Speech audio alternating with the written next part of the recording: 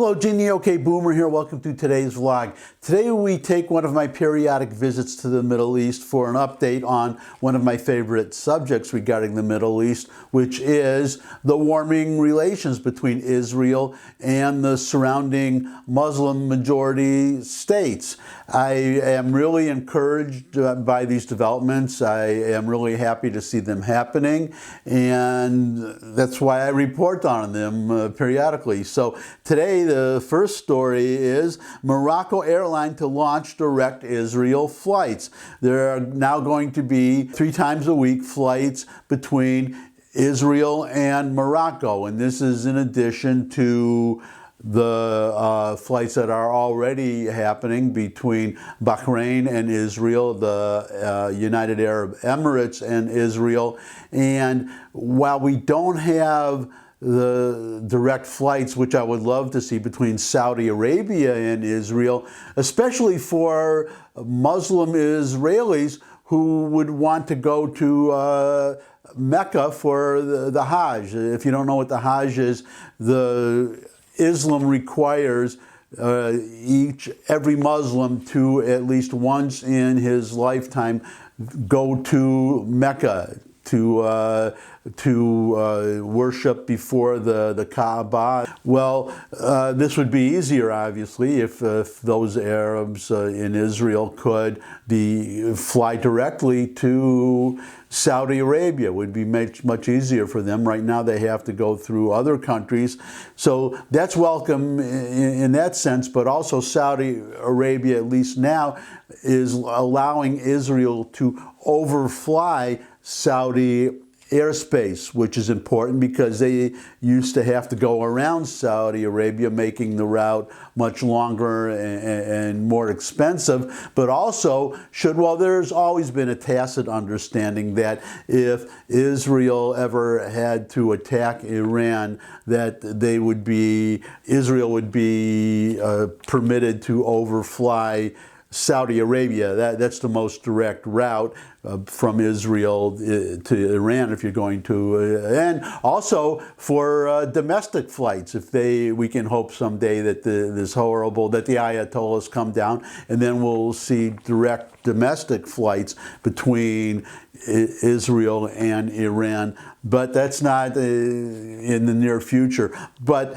it's always been understood that for military purposes to attack Iran, that the Israelis would be allowed to overfly Saudi Arabia. Maybe Saudi Arabia would scramble some jets for show, but there would be a tacit understanding that the Israelis could overfly Saudi Arabia, because what interest does Saudi Arabia have in preventing Israel from attacking Iran? So that is a very good development, but there's a more important development, which is what I want to get to right now, and it's something that I've been talking about for a while. You'd probably have to go back. You'd have to go back quite a few vlogs to get the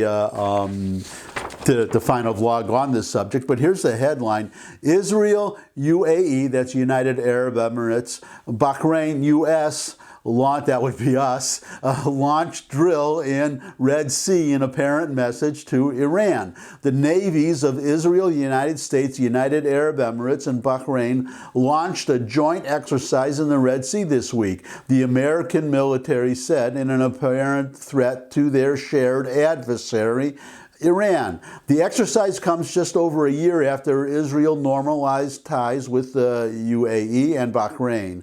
Though Israel has conducted exercise alongside the UAE in the past, the drill represents the first ever public military cooperation between Israel and Bahrain. According to the U.S. Military Central Command, the 5-day exercise is taking place at sea and will include, well, if it's a naval exercise, exercise, where else would it take place? So it's kind of stating the obvious. But anyways, back to the article. According to the U.S. Military Central Command, the 5-day exercise is taking place at sea and will include, quote, visit, board, search, and seizure tactics, unquote. The drill is being led by the U.S. Navy's 5th Fleet, which operates throughout the Middle East. Recent months have seen a significant increase in apparent shows of force by the U.S., Israel, and countries in the Persian Gulf on the one side and Iran on the other. Earlier this week, Tehran launched a major naval exercise in the Gulf of Oman, which Iran's deputy army chief said was meant to, quote, warn the enemies that any act of aggression against Iran will draw a crushing response from the army, unquote. Last month, the U.S. flew B-1 heavy bombers through the region, and Israel hosted a massive multinational aerial exercise, Blue Flag. Tensions have been particularly high with Iran in recent months as the Islamic Republic has stalled indirect talks with the United States in Vienna regarding a mutual return to the 2015 nuclear deal. Israeli and American officials have increasingly threatened military action against Iran's nuclear program should those negotiations, now scheduled to resume at the end of November, fail. And somebody, I forgot who it was, sent a warning to Iran, reminding them that unless this agreement is in the form of a treaty, it's not binding. And the next president that we will have in 2024, hopefully a Republican, could just, as Trump did, just abrogate the entire agreement. It has no binding force unless it's in the form of a treaty. In order for the president to ratify the treaty, he needs the consent of 2/3 of the Senate, which is not going to happen. So this deal won't be, well, as we've already seen, because Iran doesn't honor the deal, but it's not worth the paper it's written on. It would just buy Iran a little bit more time. Speaking of which, thanks to this wonderful presidential administration that we have, Iran was on the ropes financially. Their reserves were down to about $4 billion,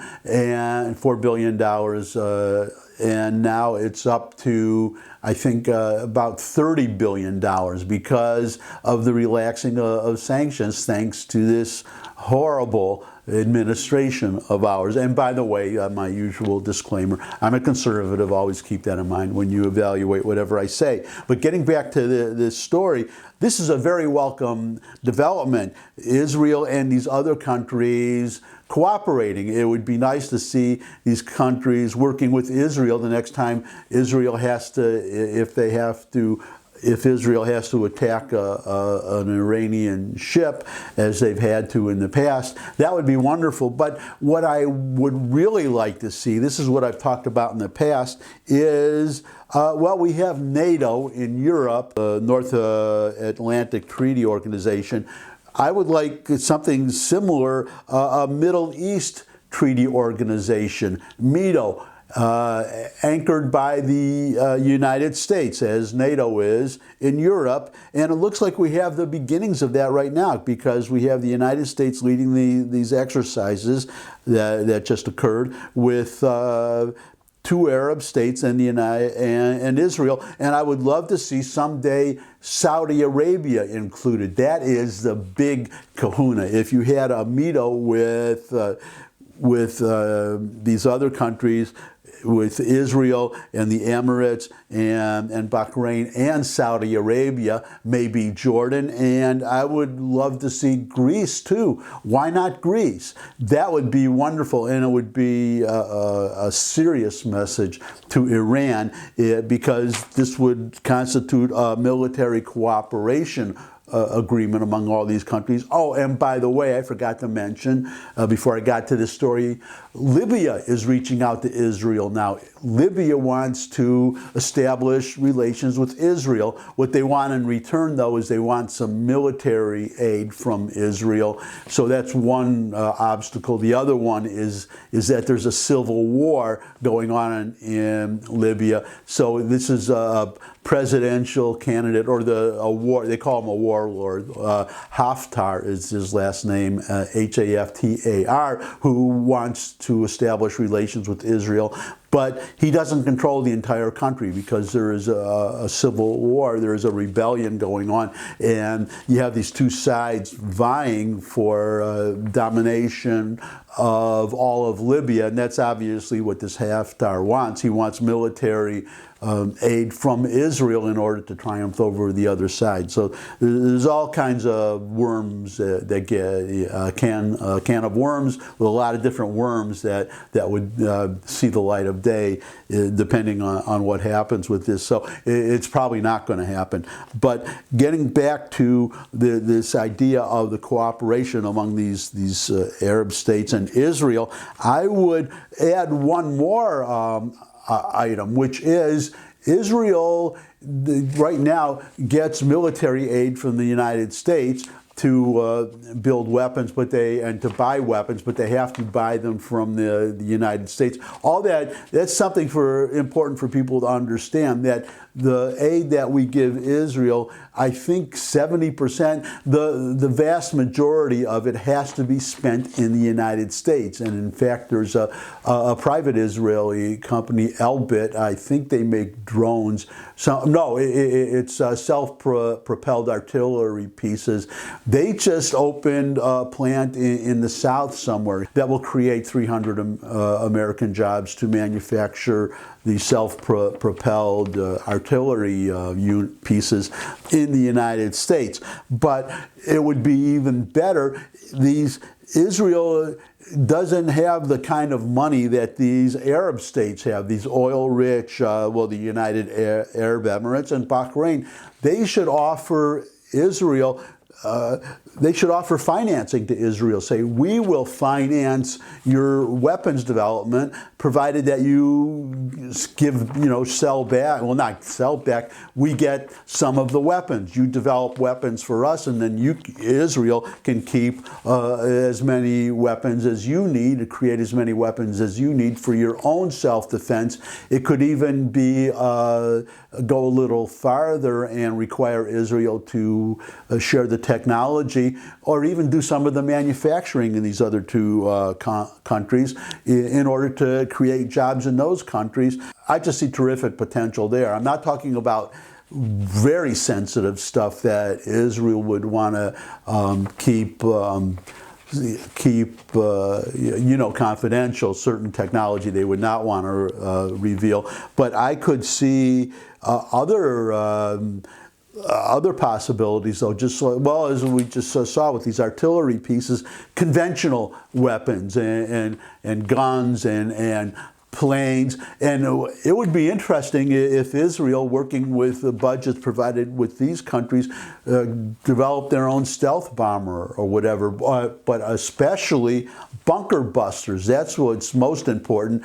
There have been calls for us to give Israel bunker busters so that they can more easily destroy, because I believe they could do it anyhow, but it won't be as easy, but more easily destroy Iran's nuclear programs, capabilities, if they have to, and it increasingly looks like they will have to. So instead of relying on the United States to provide them, and the other assurance being that Israel would not have to worry about presidential administrations, because whenever a Democratic administration is in power, at least a liberal one, and certainly this one, Israel should not rely on the United States for any help at all, as long as Biden is president. So if they were able to develop their own capability with these Arab states, I think that would be wonderful.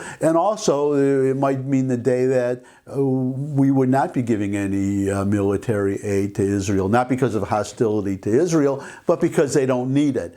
And that would be wonderful. I believe in independence, and I have to be honest, as a Jew, I'm Jewish, is that I don't like to see Israel overly dependent on another country for its defense, because 3,000 years of history have shown, and definitely the last 2,000 and even more recent history, that Israel cannot rely on other countries. I just think it's better, just as an independent United States. That's why I hate so much that we are apparently now dependent on Saudi Arabia for oil because of this presidential administration's policies, and on China for so many things. And I don't like it for us to be so dependent, and I would not like any, not just Israel, France, England, all of our allies, I would like them all to be independent, and